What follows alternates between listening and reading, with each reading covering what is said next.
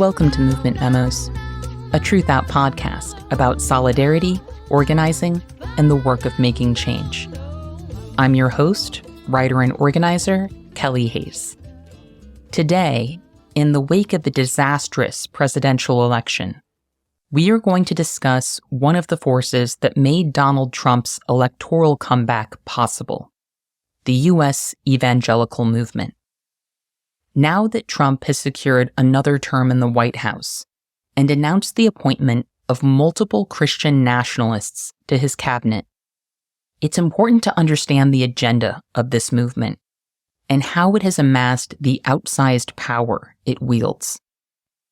As journalist Talia Lavin writes in her new book, Wild Faith: How the Christian Right is Taking Over America, for tens of millions of Americans, politics and spiritual warfare are one and the same. Lavin argues that many people in the United States have dismissed the beliefs of evangelicals as the fantasies of a tiny slice of fired-up congregants, rather than a large, powerful movement aiming and often succeeding at shaping the public sphere of the United States in its own image. In today's episode, Lavin and I will discuss how an evangelical culture of demonization and abuse has warped our society and how we can push back. If you appreciate this podcast and you would like to support our work, you can subscribe to Truthout's newsletter or make a donation at truthout.org. You can also support the show by subscribing to the podcast on Apple or Spotify, or wherever you get your podcasts. I want to acknowledge that our team is as alarmed as many of you are about the authoritarian threats we're facing right now. But we also know that journalism has a crucial role to play in the many battles ahead, and we are determined to do our part. Come what may, we intend to live our values and publish the kind of news and analysis that fuels movements. None of this would be possible without the support of readers and listeners like you. So I want to thank you for believing in us and for all that you do. And with that, I hope you enjoy the show.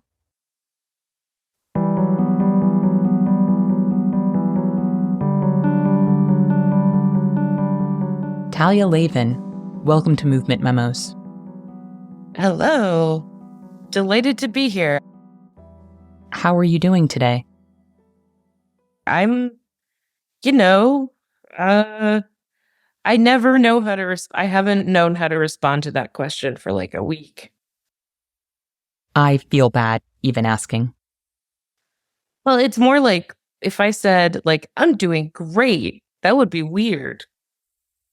Yes, I might actually find that weird. Supportable, but weird. Like, you know what I mean? I don't know. I'm feeling, I guess there's like a certain protective numbness that's aiding me right now. But I have like one response to big scary stuff that I have is just like wanting to retreat from the world for various periods of time and like just Bartleby out. This is what I call it, like Bartleby the Scrivener, the Melville story. That he's the main character just says, I would prefer not to, about like his clerical job, and then, everything else. He sort of retreats from life, and I just feel this intense inner Bartlebyism like surging up in me. But don't make me do anything. And especially it's challenging because, I write about politics. And so there's no sort of scenario where my work is like a respite or a relief. It just means more and more direct gazing into the abyss at all times. And I'm like trying to be judicious and self-protective to a degree, while feeling massively selfish for protecting myself in any way. So it's just not like it was not the healthiest of times, let's put it that way. Well, As someone who appreciates your work and appreciates you as a person, I am grateful for whatever you're doing to take care of and protect yourself right now. And I just want to name that. I mean, it's complicated because some of it is about, you don't want to like retreat into a shell where you lose your empathy and your engagement with the world. That's a dangerous trap. But at the same time, burning yourself out, sort of staring, like burning your eyeballs out, staring directly into the horrors and pushing yourself past emotional stability, which I've done lots of times in my writing life. It rarely works out for the best. And so I have this practice that I try to cultivate. I call it guard your heart, where you just try to be very mindful of the ways that writing about shitty, traumatic stuff can and does impact your mind and your soul.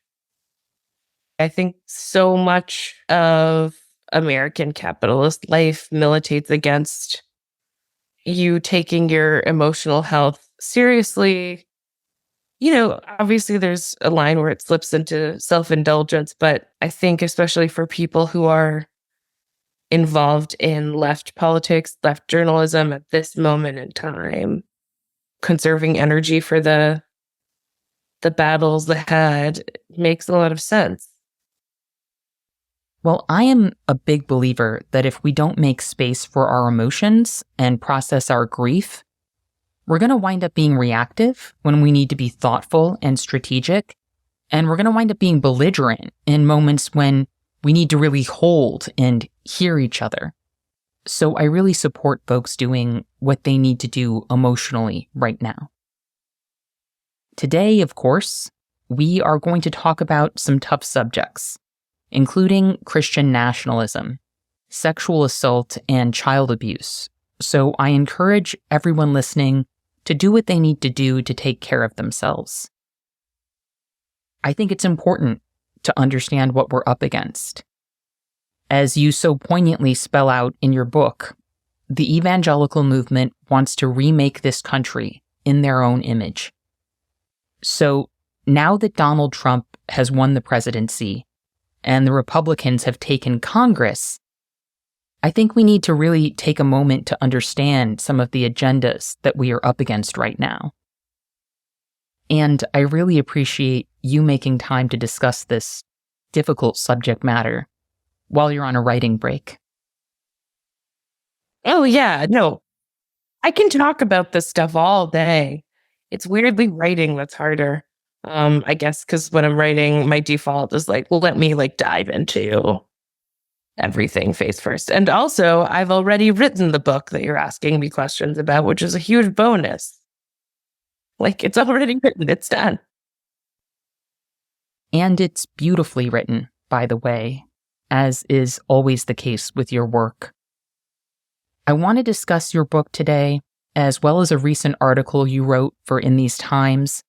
But before we dive into that, could you take a moment to introduce yourself and tell the audience a bit about your work?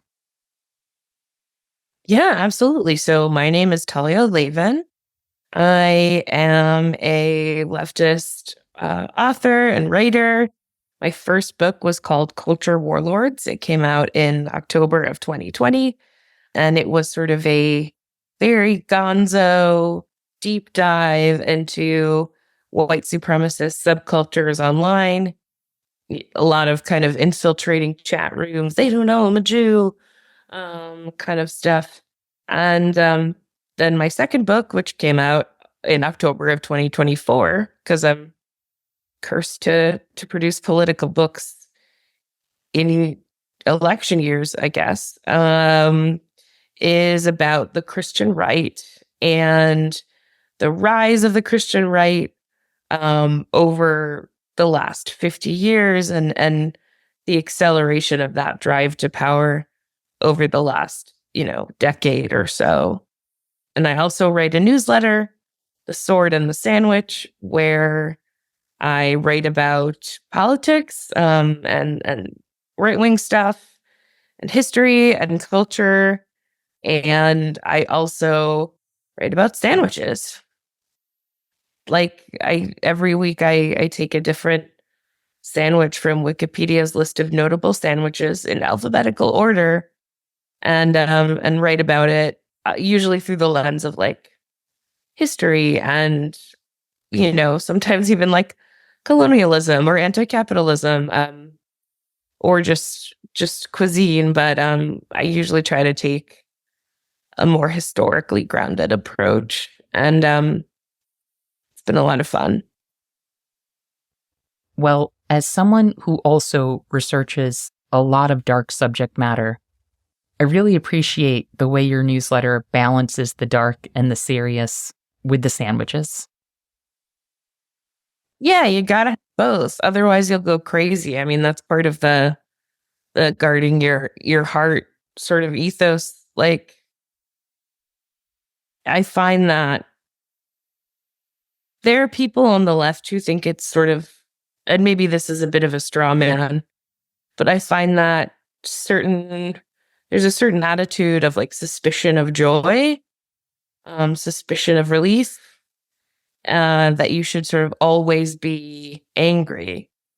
And I can't live that way. Maybe other people can and are crushing it, but I did that for a long time, and it really hurt and degraded me.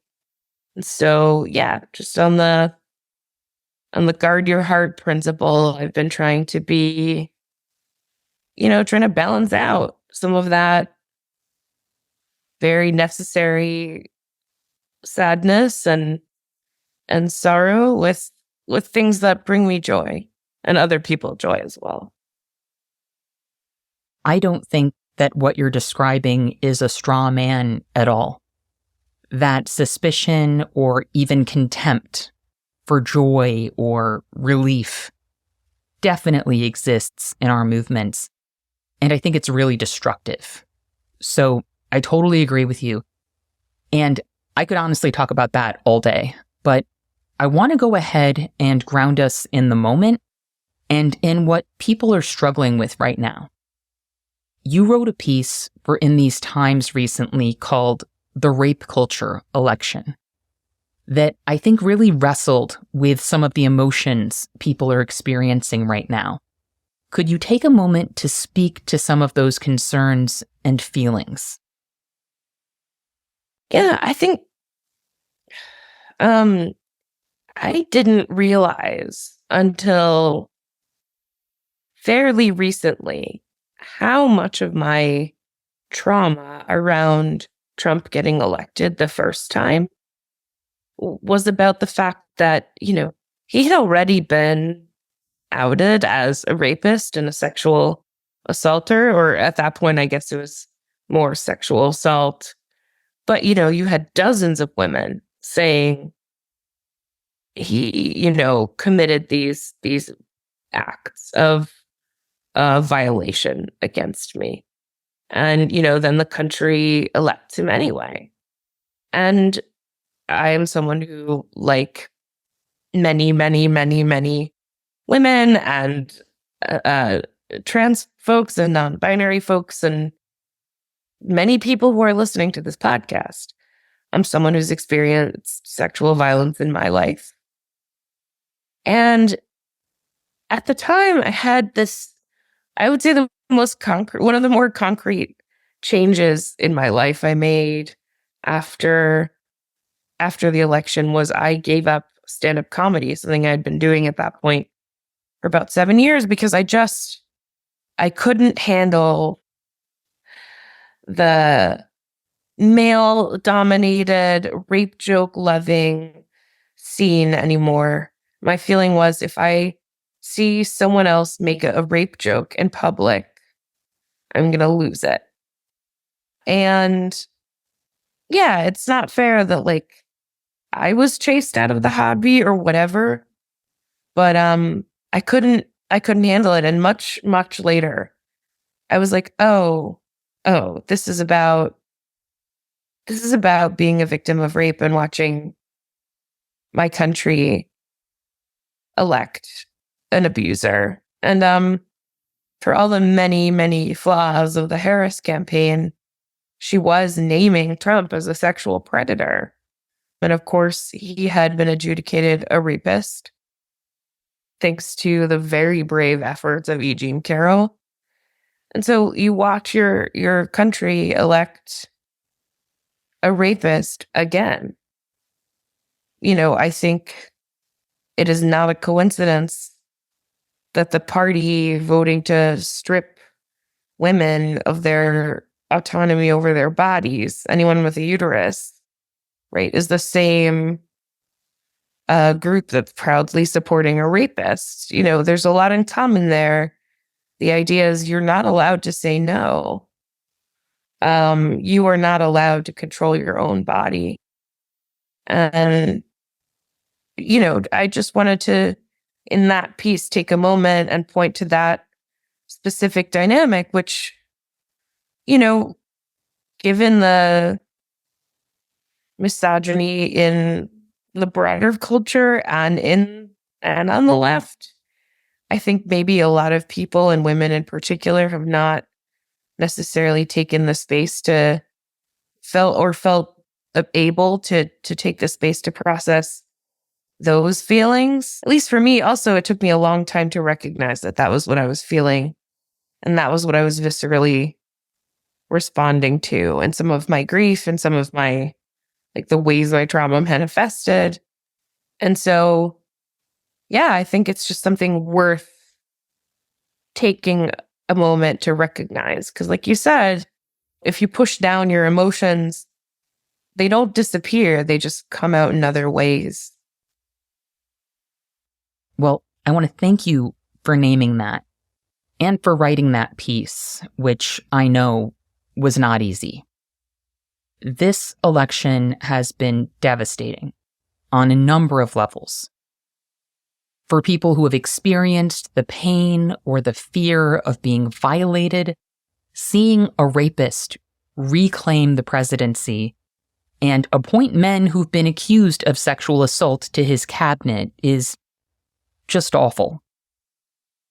The right-wing agenda itself is an assault on our bodily autonomy, and that assault has proven deadly for women like Amber Nicole Thurman, who developed a grave infection while she waited for a DNC, and Nevia Crane, who doctors refused to operate on until her fetus had been declared dead, even though sepsis was killing her. That violence is fundamental to the politics of the evangelical movement, which we will be discussing today. As you wrote in your new book, we are all caught in a spiritual war, even if we never chose it, even if we didn't ever believe in it. And every body that can become pregnant in America is entrapped in a wild faith that would rather see us die in birth than live free. I want to acknowledge that we're all grappling with the politics of your body, my choice, having seized the entirety of the federal government, and what that means for us and for the world. I think we have to make space for the hurt that many of us are feeling. We also have to be honest with ourselves about where we're at and what we need. Some people are still processing these events. Some folks are taking a beat. Some people are really focused on what we need to do. And for anyone who's listening, I just want to say that whether you're in grief mode or go mode or both, it's all valid and it's all okay. Let's just be sure we're all making space for our feelings, because that's deeply important, and let's try to be there for each other. Now, to talk a bit about how we got here, Donald Trump's 2024 victory was fueled by a coalition of competing but cooperative forces, including Christian nationalists, techno-fascists, corporate actors seeking deregulation, traditional Republicans, and people who advocate for a variety of openly fascistic politics. Your book is focused on the threat of Christian nationalists, who want to remake the United States in their own image. Can you talk about the outsized political power of the evangelical movement and their role in the larger MAGA movement? So one thing about the Christian right, and that I define as sort of a movement of right-wing Christians of different sects. So you have white evangelical Protestants, who I focus on most heavily in the book, just because we are like not only a Christian nation, but also specifically a Protestant nation in a lot of ways in terms of the hegemonic culture. But many right-wing Catholics have played significant roles in the creation and success and rise of this movement. And you've got right-wing Mormons as well that are involved for sure. And the one really big advantage this group has, and the big difference it's made in 3 elections in a row, is they show up. They show up, they vote en masse in congregations. And that makes a really big difference in a low turnout milieu. And so that's one way that they're contributing to the MAGA movement. The other piece of it is just that their priorities are very fixed. Part of the reason why these groups that have such disparate creeds and kind of secretly believe that all the other guys are going to hell work together so well is because they have these very consonant political goals about controlling women, about, imposing a very specific, theocratic, narrow, and cruel view of public morality, of the roles of women and children. And this includes current and future priorities like, a national abortion ban, but also a national ban on birth control, revocation of no-fault divorce laws. I mean, these are priorities they openly have and are openly embracing. And not to mention a very disconcerting and apocalyptic view of politics as an agent of engendering the end times. That's very upsetting and is currently influencing cabinet appointments and ambassadorial appointments. I mean, they have stood by Donald Trump in 3 different elections and have seen it bear fruit. They got Roe overturned, right? That was their holy grail for a long time. The why of it is very transparent in a sense, that they had a list of priorities and many of them were fulfilled and more are being promised. Sometimes people ask me, well, these guys sort of say they're so pure. How can they vote for this adulterer, let alone 3 times in a row, let alone at these crazy levels? I mean, in this past election, I think the latest numbers from white evangelicals was 82% to 17%. 82% Trump to 17% Harris. And so why? Well, first off, it was sort of we're pretending to hold our nose, even though the racism and sexism actually isn't all that odious to us. And then the second 2 times, it was like, well, he gave us what we wanted and he'll give us more of what we want, because he knows where his bread is buttered and, he's God's flawed vessel, is how it's often put in those communities.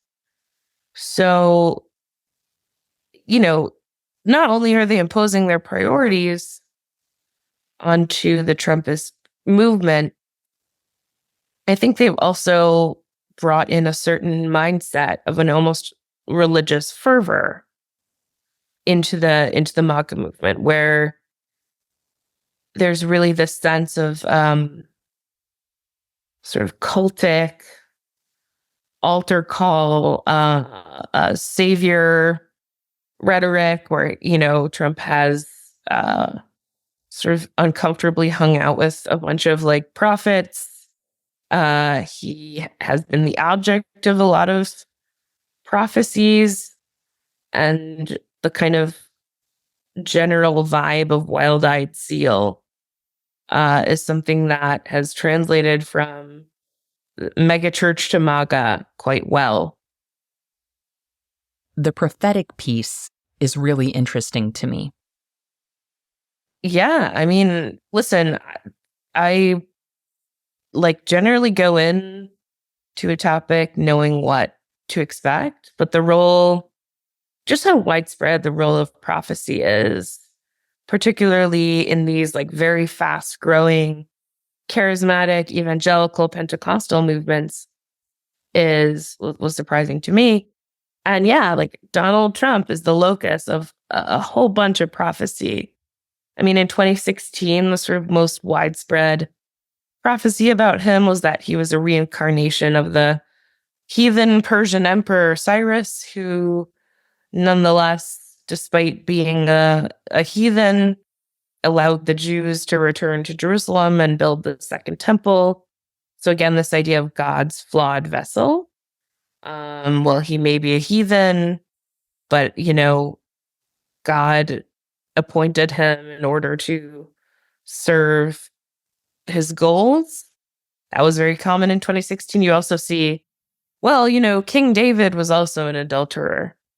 And yet he gave us the Psalms. And like, okay, just imagining Donald Trump sitting down and writing like melancholy poetry about his feelings about God. Sure.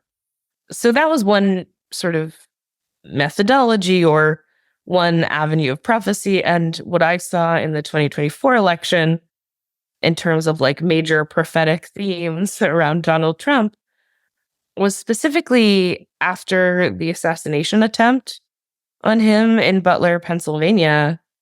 The idea that he had been saved by God in a direct intercession to serve God's purposes was very widespread and popular. And there was sort of a return to Butler rally that was very explicitly along those themes. There was rhetoric at the RNC along those themes that, Trump was essentially a kind of living martyr who had been spared from death because, God was not done with him, and there's so much work God needs him to do. And needless to say, or maybe not needless, like this may sound outlandish to some of the audience, but it is very sincerely believed by the people who hold these kinds of beliefs. And I think it behooves us to understand it as sincerely held, internally consistent theological beliefs. You'll often see particularly liberal Christians saying they're fake Christians, they're not real Christians. And, one perspective I had in writing this book as a Jew was just I didn't have my own personal Jesus with which to rebuke these folks. And nor did I approach it with the idea that Christian is synonymous with good. And I think that is sort of an unwitting blinker that a lot of Christians on the left can have. In other words, just because you disagree with like every tenet of these people's faith doesn't mean that they don't sincerely think of themselves as servants of the Lord. And disavowing them is more convenient than it is helpful. How externally are you expecting people to identify who's a fake Christian and who's not? I think you can say, I find your faith heretical. I find your faith cruel. I find your faith disgusting.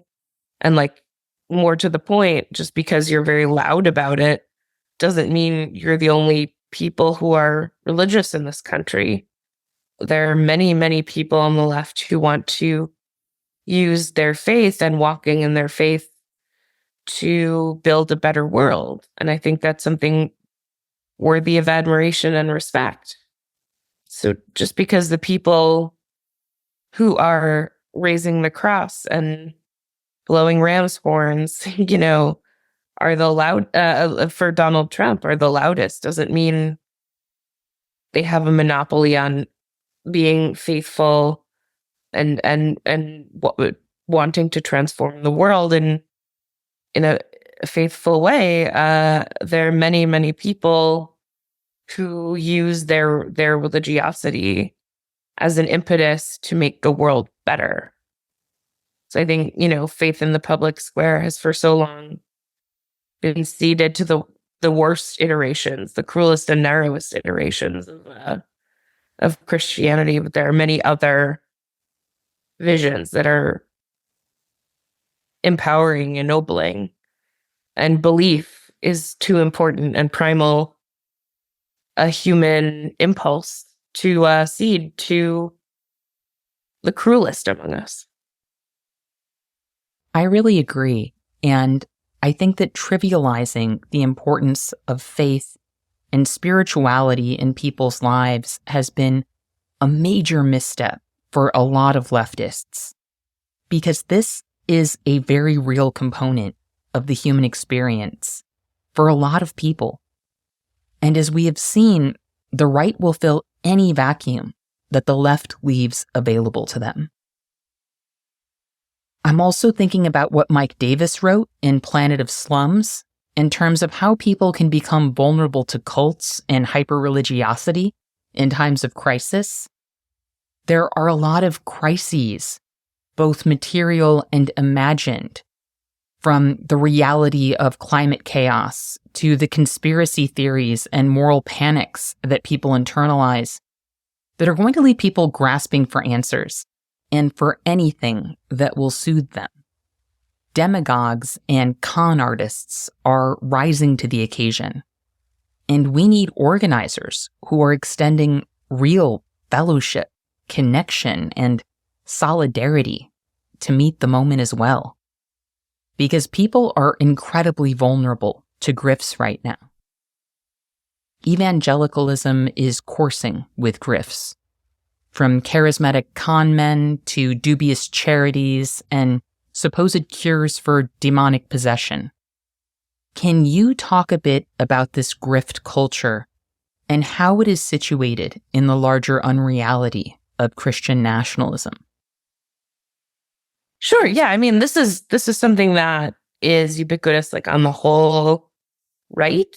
It's not exclusive to Christian nationalism, although there's a ton of it in the Christian nationalist sphere. I mean, I signed up for a few newsletters associated with like Christian right topics, like homeschooling, a few sort of right-wing news, Christian-oriented news sites, and then the sheer amount of sort of fear-based marketing that gets thrown your way is astounding.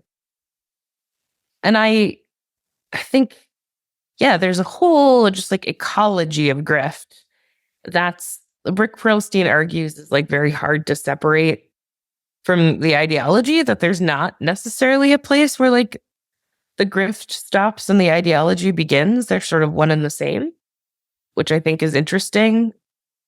I would say the key method of marketing that I've seen and why it seems to have potency is fear. Fear is underrated as like a drive that gets people to buy stuff. I mean, a lot of times marketing is about like making you feel small, making you feel bad about yourself, therefore buy this product and you'll redeem this problem you didn't even know you had until our ad. But with the right, it's like buy this survival pack and you'll get through the horrors that are coming. Buy these protective shields against 5G, or like these cures for vaccine symptoms, stuff like that. It's all just like rooted in this terror of change. And I think that's very consonant with the conservative mindset. It's just a sort of literalizing of this mindset of fear and guardedness. It's like, well, you're irresponsible to your family if you don't have our specific, freeze-dried mashed potatoes for the apocalypse. And that's just absolutely everywhere. Lots of like cash for gold, buy commemorative coins, that kind of stuff. I mean, and it's phenomenally profitable. There is a certain sense in which the conservative movement in the US is rooted in direct mail scams. Like, it's all about building that mailing list of suckers. And,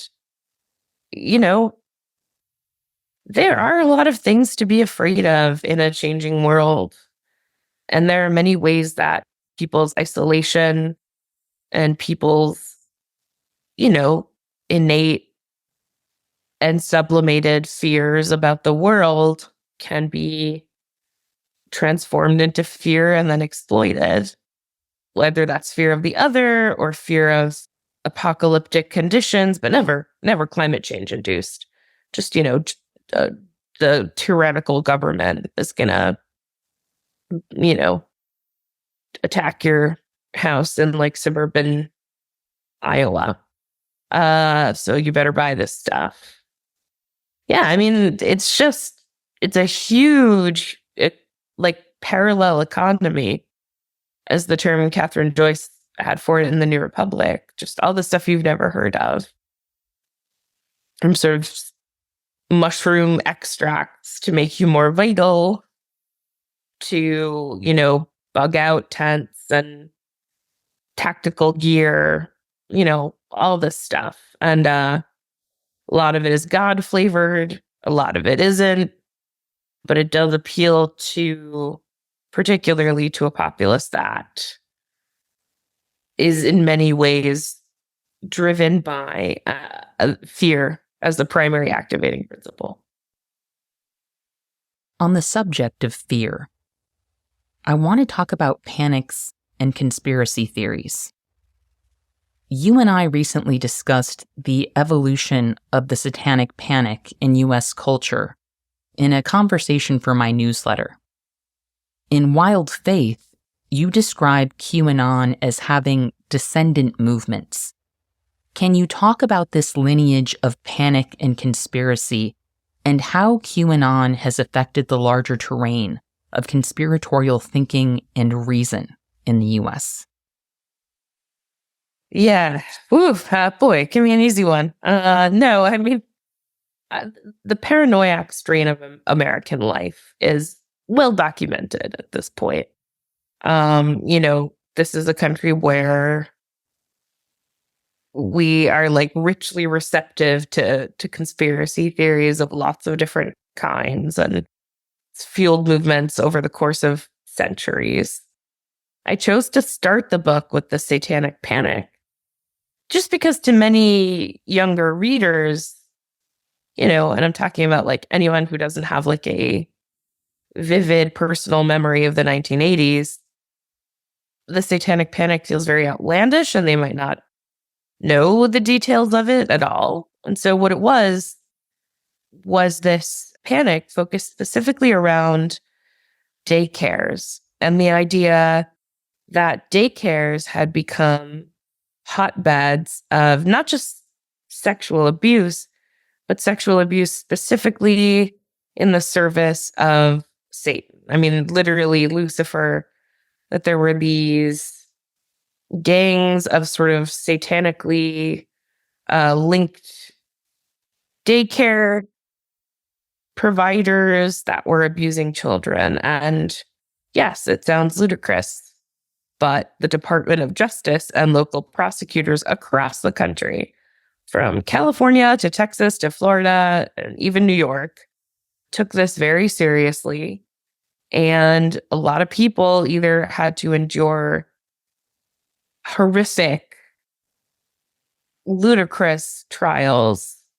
The McMartin preschool case in Manhattan Beach, California is sort of the case of this, where you had, parents coercing these parents and psychologists coercing these preschoolers were, very suggestible and want to please authority figures and also have very large imaginations, to say stuff like there were secret tunnels in the preschool and, my teacher flew like a witch and they, made us like go bury ourselves in graves and whatever. And people really believed in the tunnels, but like the cops did like a sonar search, and many searches have been made for the tunnels, and they were never found. The secret orgy tunnels for worshiping Satan behind the McMartin preschool.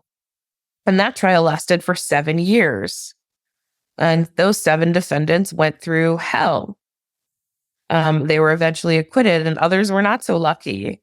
So a couple that I talk about, Fran and Dan Keller, were from the Austin area, on the basis of similarly truly ludicrous accusations. I mean, like they laced our Kool-Aid with blood. They killed doves. They put manure in a asthma nebulizer. All this, I mean, really, you can't overstate how outlandish these accusations were. This couple wound up going to jail and serving hard time in Texas for decades, until they were finally exonerated and released, thanks to like not the state doing it on its own, but Innocence Project type activities and the main medical testimony being recanted by like an ER doctor who was actually like, I actually have no idea. I had no idea at the time what like prepubescent sexual abuse looked like. So these people did decades in jail. I mean, they came out in their 70s on the basis of these fantastical and horrific allegations, and that story repeated itself across the US and Canada.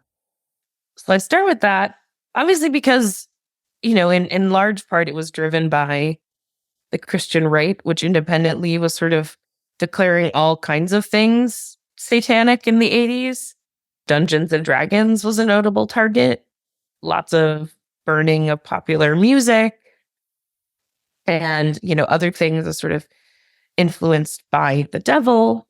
But what the argument I make in the book is that moral panics never really die.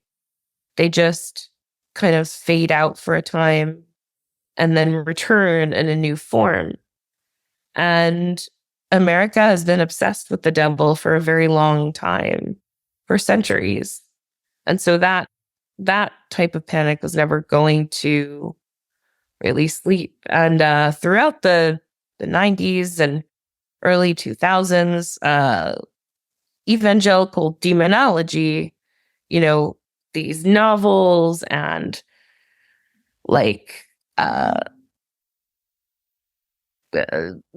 demonology books where it's like, this is, all the different kinds of demon that can attack you in your house, kind of thing. That never stopped. And what is interesting is if you look at the rhetoric of QAnon, which is this movement that arose in 2017 after Trump's election and was this conspiracy essentially that Democrats and the quote unquote deep state, which is basically the bureaucracy, were Satan worshiping, child abusing monsters. Many of the motifs repeat themselves and recur, so that my contention is the Satanic Panic never really ended. And now QAnon is not something you'll hear about as much these days from people who are really examining the right wing. And that, I would argue, a lot like the way you don't hear about the alt-right so much these days. Because like the alt-right, QAnon was in many ways a victim of its own success.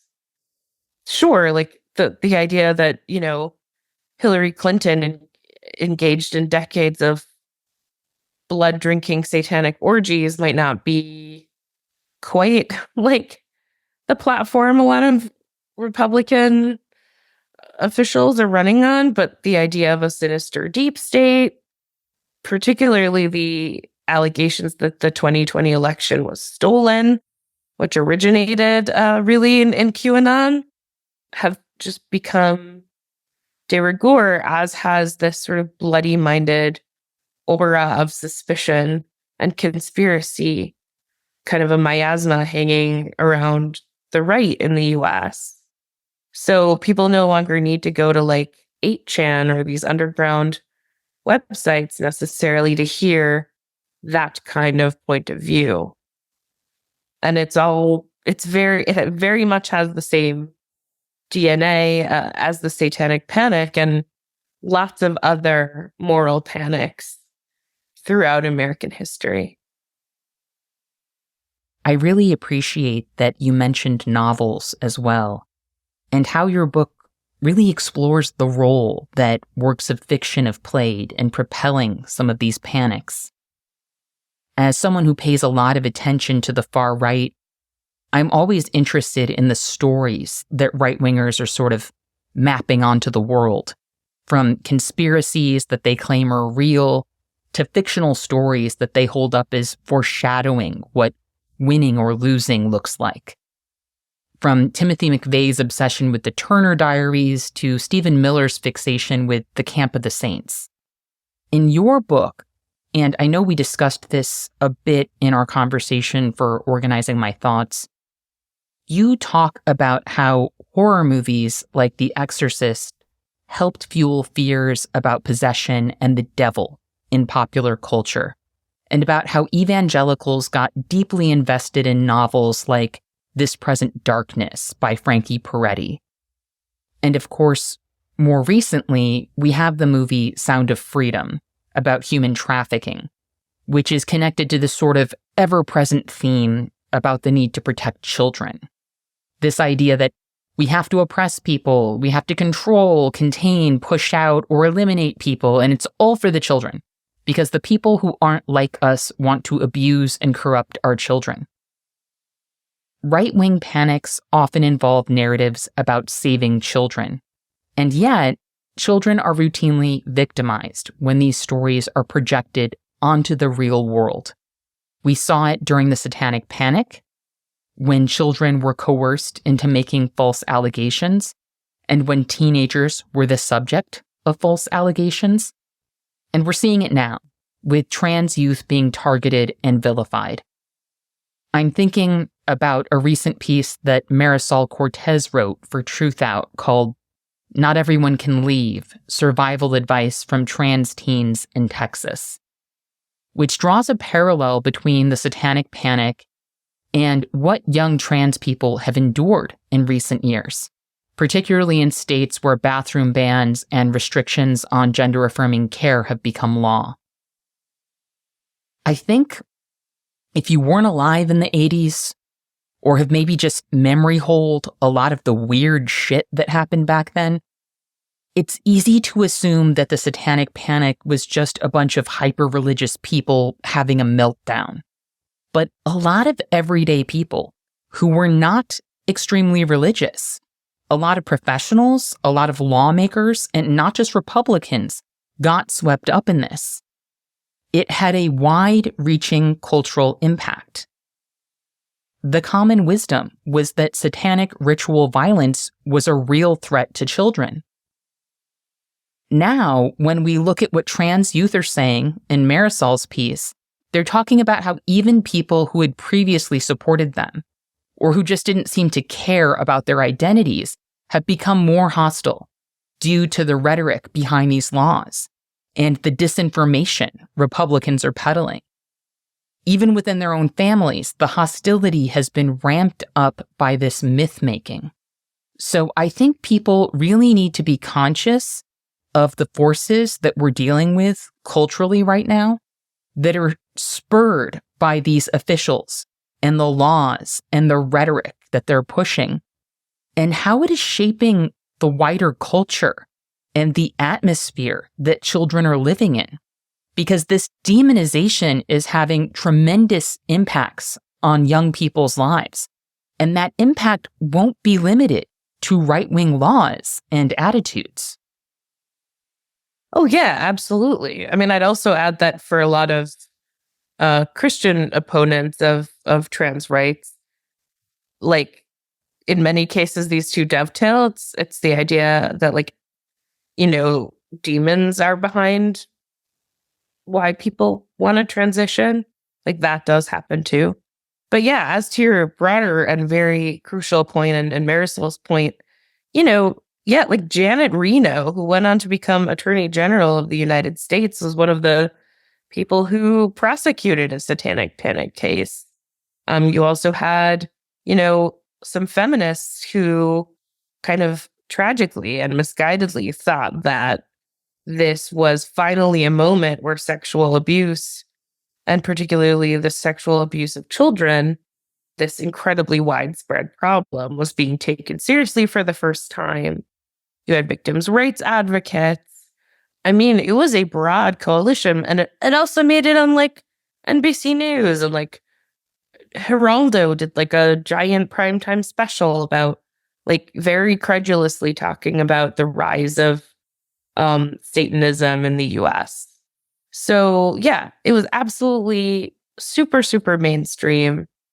It was also partially driven by, like all moral panics, it was driven by social changes. So, you know, the absolute demonization of trans people, were this very tiny, very, very tiny minority in the US, and, you know, impoverished and powerless relative to the rest of us. You know, that represents like a panic about a shift away from this sort of compulsorily heterosexual patriarchal model of power and gender.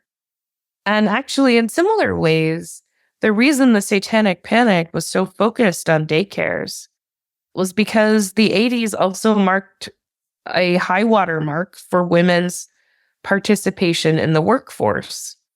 So you needed a lot more daycares because a lot more mothers of young children needed care for their children so they could work. And that anti-feminist backlash, one of the many forms it took was the Satanic Panic. Like, let's attack the thing that enables women to work.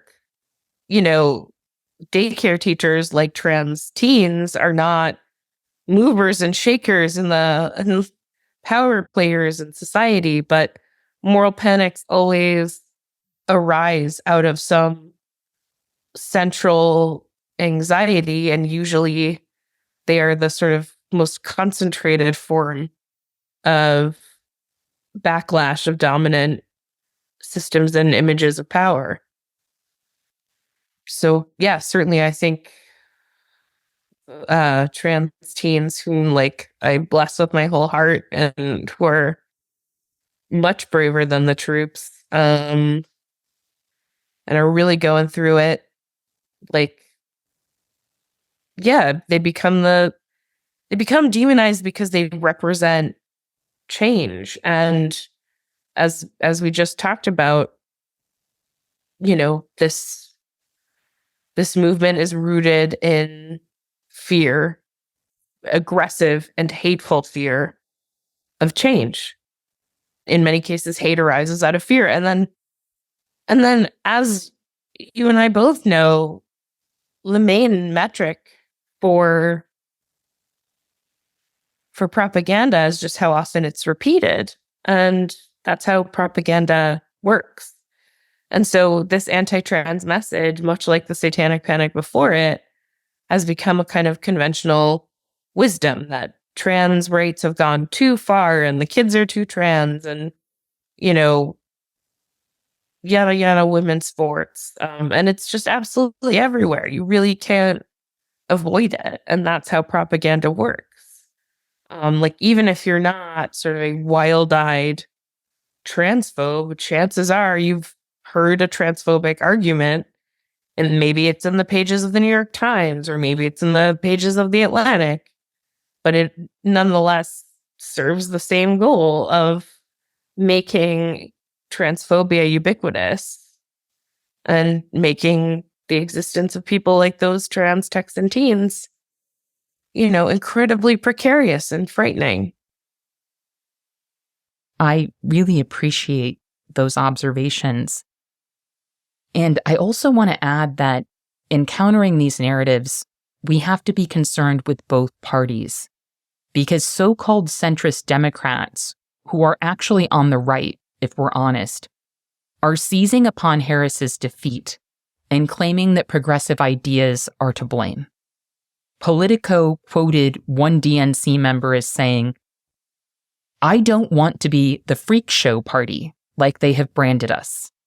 You know, when you're a mom with 3 kids and you live in middle America and you're just not really into politics and you see these ads that scare the bejesus out of you, you're like, I know Trump's weird or whatever, but I would rather his weirdness that doesn't affect my kids." The capitulation and the scapegoating is just horrifying. So people of conscience are really going to have to hold our ground in defending trans folks and in defending immigrants right now. Because as we have seen recently, reactionary attitudes towards immigrants are very popular right now as well. We are going to see a lot of indulgence of reactionary views on both sides of the aisle, and we have to push back against that on a personal level, on a cultural level, and in all of our politics. We also need to offer as much aid and comfort to trans young people as we possibly can. Now, we have been talking a lot about the political reach, power, and aspirations of the evangelical movement, and I want to sort of zoom out for a moment to give people a sense of what that vision looks like. Can you take a moment and explain the 7 Mountain Mandate and what its pursuit means for people living in the US and the world? Nothing good. Yeah, which is sort of my mantra when I'm talking about, like, when I get asked, like, so what does this mean? And I'm like, nothing good. Yeah, so the 7 Mountain Mandate it was originally coined in like the 70s, I want to say, but it was there was a book more recently co-written by the founder of Campus Crusade for Christ, alongside the sort of charismatic evangelical self-proclaimed prophet named Lance Wallnau. It's sort of dubiously, the 7 mountains in question are sort of somewhat tortuously derived from the book of Jeremiah. Like, God sits at the top of the 7 mountains. But essentially what the 7 Mountain or 7M mandate is about is an explicit pursuit of temporal power by Christians in order to achieve an unsullied kingdom of God on earth. So the 7 mountains in question are arenas of secular power. So politics, media, family, entertainment, and so on. And what the 7 Mountain Mandate is that in order to create a kingdom of God on earth, and in such a way that will eventually lead to the return of Jesus by establishing a perfect sort of 1,000-year reign of Christendom on earth, that Christians must explicitly achieve conquest in these 7 arenas. And, when you are playing for the stakes of Messiah's return versus the kind of ascent of Satan, you are not encouraged to play fair when you view your opponents as literally enthralled to demons, you don't have to abide by stuff like norms and respect.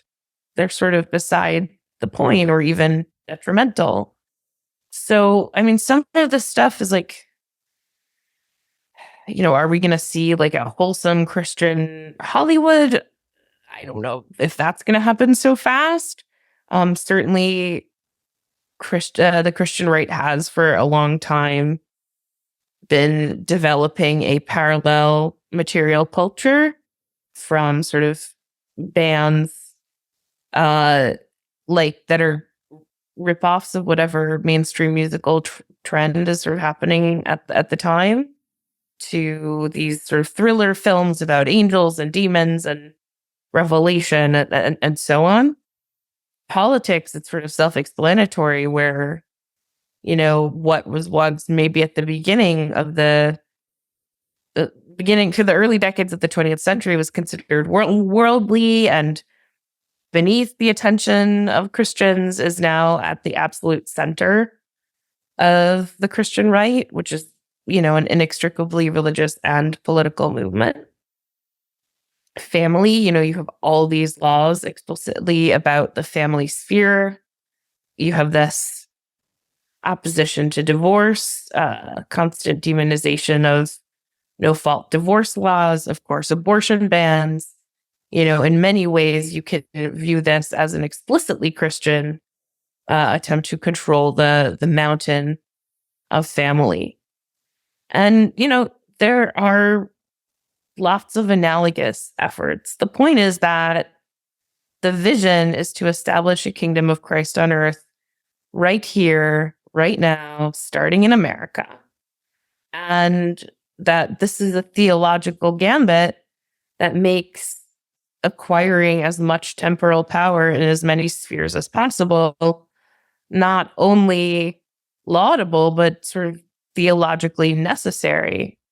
And, it's very far from any ideas of sort of power being worldly or corrupting. It's very much about we've got to acquire power by any means necessary and in as many spheres as possible all at once. And so in that sense, it is very unnerving, shall we say? But it's also worthwhile to look at, recognize, and as with the other beliefs I outline in the book, understand that it is held with pretty much absolute sincerity by many people who view this as their theological obligation to prepare for the return of the Messiah. And so this is the level of zeal we're dealing with, and it's a challenge, but it can't be faced if you sort of say, well, they're fake and they don't really believe this. And it's like, no, people really do. And therefore you have to understand that your political opponents don't just view you as an obstacle. They view you as a tool of Satan. And that's a very different battle. And it's just worth knowing that those are the stakes.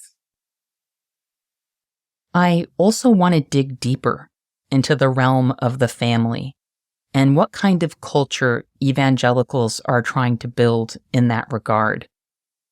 In your book, you talk a lot about child abuse and highlight the stories of many people who were abused in evangelical homes as children. You also talked about the consequences for future generations and for society when children are conditioned to accept or reenact such abuses. Can you share a bit about what you learned in talking to these abuse survivors? Yeah, I mean, first of all, it was an absolute privilege to have so many people entrust me with some of the most difficult and painful moments of their lives, whether that was abuse in marriage or abuse at home. several reviewers have said that I talk about child abuse too much. And I'm like, well, if that is my, biggest crime as a writer, I can handle it. What was really striking to me, so I combined talking to over 150 former evangelicals for the piece, with reading like exemplars of 50 years worth of parenting manuals by evangelicals for evangelicals, right? So these are intra-community texts. They're not propaganda for outsiders. They are like written by evangelical figures for evangelical parents, handed out at church, given to new parents.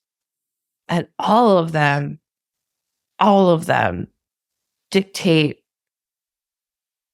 this incredibly punishing, incredibly dark, just amount of like ritualized physical abuse of kids, like beating kids, hitting kids from when they are, sometimes even before they're able to walk, sometimes before they're able to talk, hitting them, spanking them, hitting them with a switch.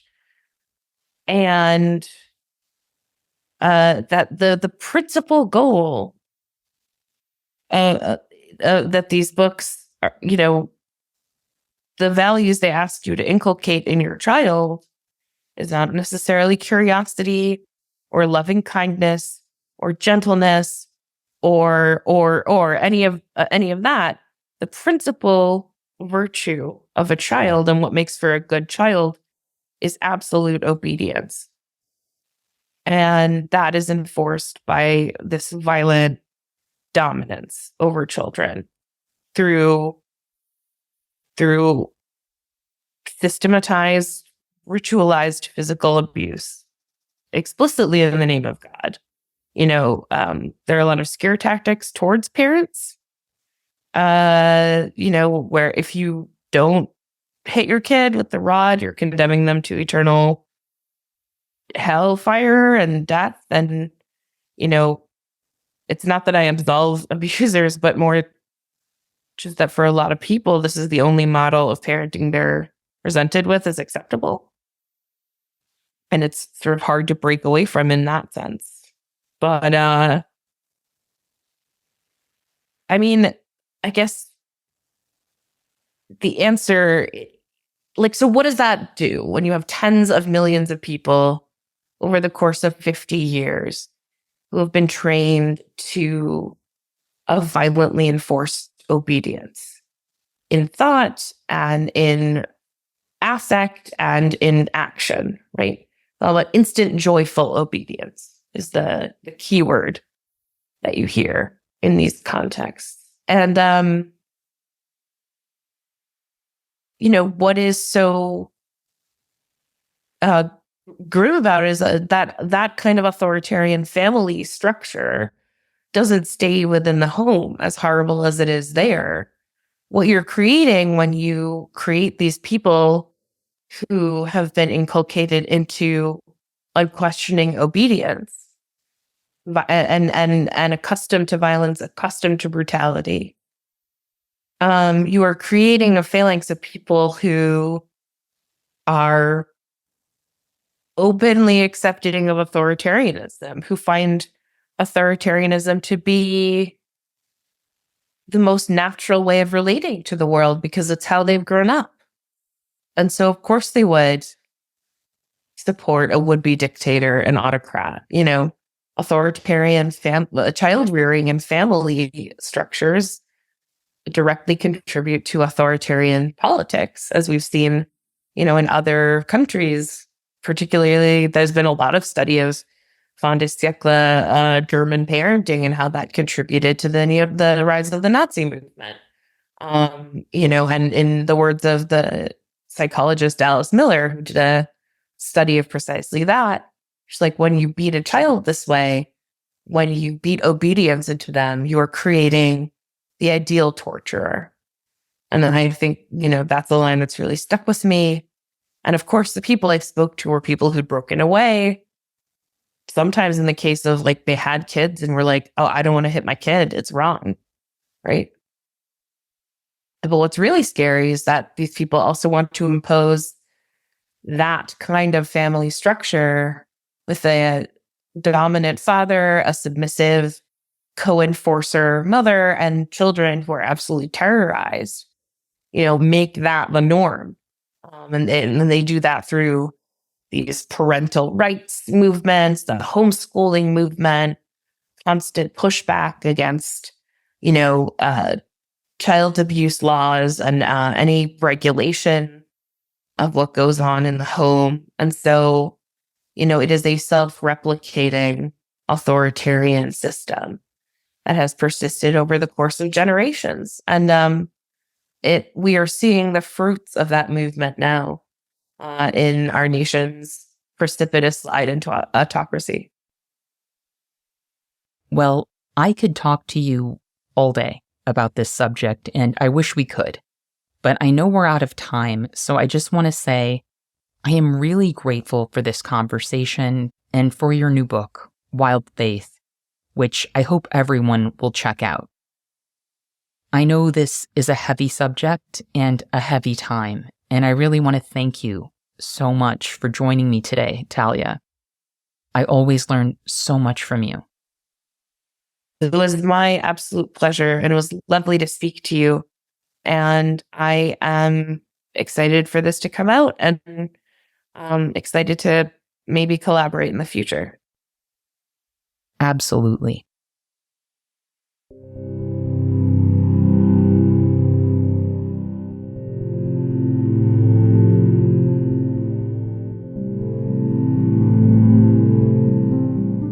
In her book, Talia writes, "The desire for America to be a Christian hegemon, a kingdom that crushes infidels within and without, will not wane or abate until the public at large decides that this movement represents a legitimate threat and works to countermand it. This is difficult, painful work and demands a counter-zeal that is not easy to muster in the dull, painful, costly, and challenging world." I want us to think about what that counter-zeal looks like in practice. What do we have to believe in, or love, or defend so fiercely that we can outmatch the momentum of those trying to enforce a Christian nationalist agenda? The Seven Mountain Mandate names family, religion, education, media, arts and entertainment, business, and government as sites of conquest. So we must ask ourselves, how are we defending our values and our people in those spaces? How are we countering the alienation that young trans people are experiencing in their own homes? How are we defending education and spaces where people learn together? I think the resources Miriam Kaba has offered around organizing to defend public libraries are an excellent example of how we can protect and fortify spaces where community members, including children, share ideas, build culture, and acquire knowledge. I think we should also ask ourselves, what kind of stories are we consuming and uplifting? I recently watched a mystery satire about the Satanic Panic called Hysteria, which is streaming on Peacock. And in addition to really enjoying it, I thought it had a really good message. We need more art, more radical art, and more artistic work in the mainstream, like Hysteria, that undermines the fear and demonization of the evangelical agenda. It's important to recognize the true belief that underlines the evangelical movement, and to recognize that nefarious actors who do not share that faith recognize its power as a means of shaping culture and controlling people's bodies and actions. So-called cultural Christians like Elon Musk are eager to weaponize the fears, biases, and anxieties of hyper-religiosity without offering up an ounce of devotion. The evangelicals whose faith dictates that women should be subject to their husbands, and that no one should have access to abortion care or gender-affirming care. The people who would catapult us into some of the darkest days of history are well-supported and well-resourced, and their agendas are entangled with those of billionaires and autocrats. Our enemies are waging a war, and to many of them, it's a holy war. That means we have a lot to protect in these times and a lot to create. As storms and fires rage and conspiracies circulate, a lot of people are afraid. And in times of crisis, both real and imagined, people tend to double down on tradition or buy into lies about mythical pasts that are used to justify an oppressive future. That includes traditional gender roles and ideas about how we're all supposed to live. If we don't want people's confusion and anxiety to be weaponized by the right, we need to offer the kind of fellowship and vision that can give people a sense of direction and purpose in these times. I don't have to tell you that right now, the other side is winning. When books that discuss gender and sexuality are banned in schools and libraries, and when teaching the truth of history is forbidden, our enemies rejoice. When the families of trans youth become hostile towards them due to the rhetoric and the lies they are internalizing, the Christian right gets stronger. Right now, these forces are about to drive the agenda of every major branch of the federal government. So we need to think about what it means to defend our values and our people in spaces that are under siege. This is a spiritual battle, a cultural battle, an intellectual battle, and also a very personal battle. And no one gets to sit this one out. In our next episode, we'll talk about how we can organize to defend our neighbors against the threat of mass deportations. For now, I want to thank our listeners for joining me today. And remember, our best defense against cynicism is to do good and to remember that the good we do matters. Until next time, I'll see you in the streets.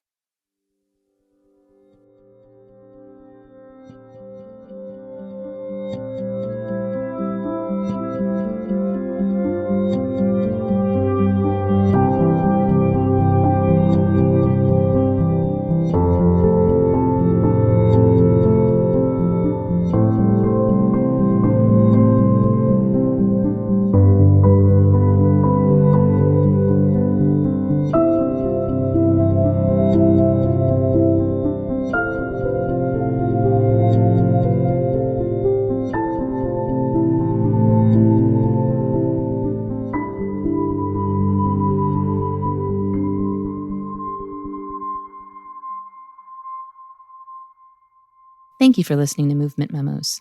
This show wouldn't exist if it weren't for Truthout, and Truthout's independent news and commentary wouldn't exist without listeners and readers like you. We have no paywalls, no corporate sponsors, and no ads, except for fundraising appeals like this one. So if you can and would like to support our work, please consider dropping by truthout.org to make a donation today.